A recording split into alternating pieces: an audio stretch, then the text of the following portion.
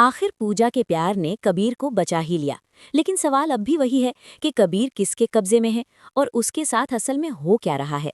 आज हम आपको साजन घर के आने वाले एपिसोड के एक के बाद एक आने वाले जबरदस्त ट्विस्ट्स के बारे में बताने वाले हैं।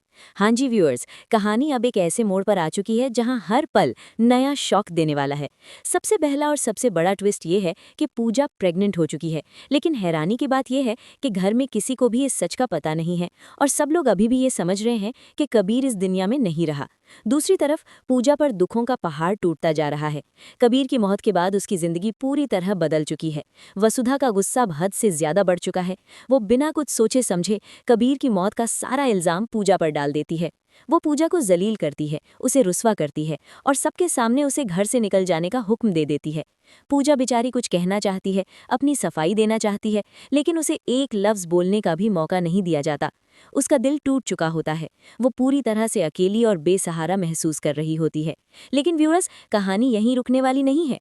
सबसे बड़ा ट्विस्ट तब आता है जब पता चलता है कि कबीर जिंदा है। जी हाँ, कबीर जिंदा है और होश में आते ही सिर्फ एक ही नाम लेता है, पूजा।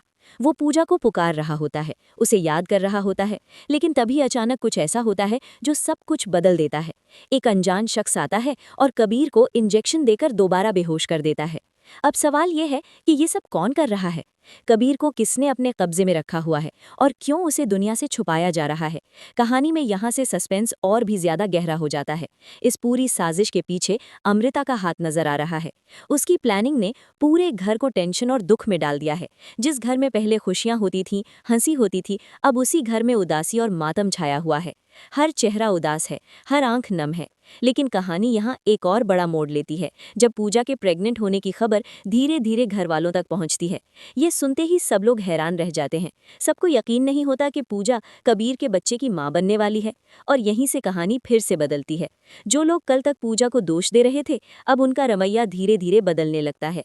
घर का माहौल फिर से चेंज होने लगता है। प्यार, अपनापन और कंसर्न फिर से नजर आने लगता है।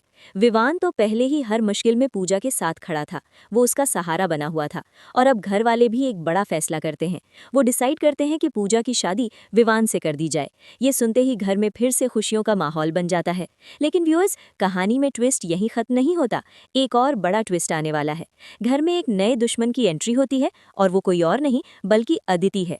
अदिति किसी भी सूरत ये नहीं चाहती कि पूजा की शादी विवान से हो, क्योंकि विवान ने पूजा के लिए ही अदिति से अपनी शादी तोड़ दी थी। अब अदिति का गुस्सा और नफरत और भी ज्यादा बढ़ चुकी है और वो कुछ भी कर सकती है इस शादी को रोकने के लिए। दूसरी तरफ कहानी में एक और मिस्ट्री चल रही है। कोई तो है जो कबीर को वापस घर लाने वाला है।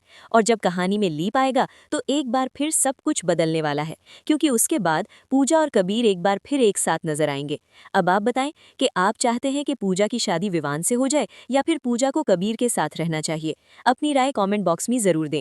वीडियो अच्छी लगी हो तो लाइक करें और डेली अपडेट्स के लिए चैनल को सब्सक्राइब करना ना भूलें। शुक्रिया।